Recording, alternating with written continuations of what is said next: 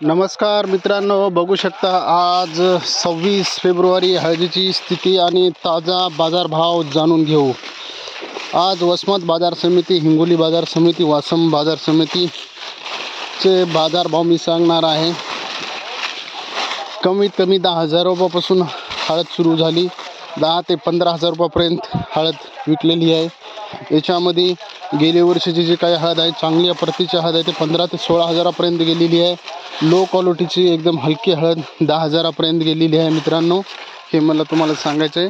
तुम्हाला अत्यंत महत्त्वाची माहिती देणार आहे, तर तुम्ही नक्की चॅनलला सबस्क्राईब करायला विसरू नका किंवा लाईक करायला विसरू नका। व्हिडिओ जरी मोठा होत असेल तर नक्कीच तुम्ही पाहू शकता। बघू शकता हळदीची स्थिती, साधारणतः हळद ही 60 ते 70% बसलेली आहे। त्यामुळे हळदीला सोन्याचे दिवस येणार आहेत। सध्या जागतिक पेठामध्ये चढ उतार चालू आहे।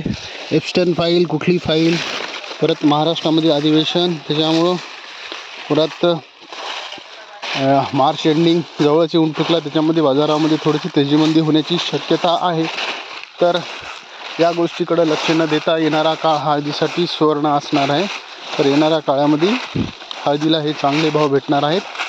15,000च्या आसपास नक्कीच बाजारभाव भेटणार आहेत। तर बघू शकता हळदीची स्थिती आपण पाहत आहोत। हळद एकदम सुपर स्थितीमध्ये आहे।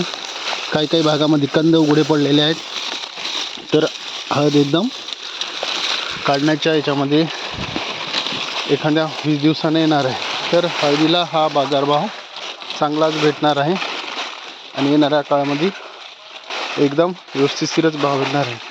तर बाजारभावाकडे विषयी तुम्हाला काय वाटते आणि येणाऱ्या काळात आपण काय माहिती द्यायला पाहिजे याविषयी तुम्ही नक्कीच सांगा। मी नक्कीच व्हिडिओ बनवेन।